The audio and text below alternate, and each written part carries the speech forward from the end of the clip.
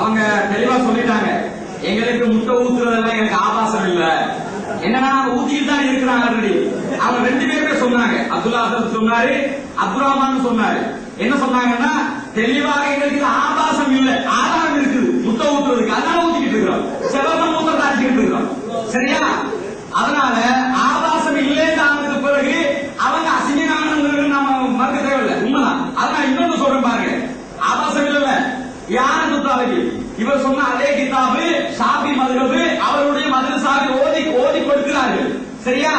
அதுல என்ன சொல்றாங்கன்னா, உது முறியுமா முடியாதா, அதுக்கு ஒரு உதாரணம் காட்டுறாங்க.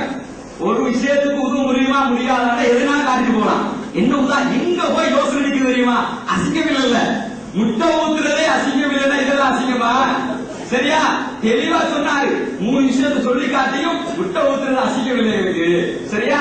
இப்ப என்ன சொல்றாங்க கேட்டா, ஒருத்தன் போய் தந்த உறுப்பு இருக்குல்ல, அசிங்கமா வார்த்தை சொல்ல வாய் பூசுது, சொல்ல அது சரியா சொன்ன நம்ம பேசிக்கிறோம்ல, சாமான கொண்டு வைக்கிறாங்க, அப்படிதான் சொல்ல வேண்டி இருக்குது. அவ்வளவு அசிங்கமா பேசிக்கிறாங்க.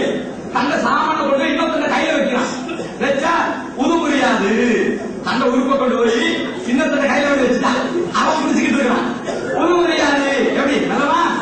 அசிங்கம் இல்லை. இதெல்லாம் இதுக்கெல்லாம் உது முறியும். இப்படி போட்ட, அதாவது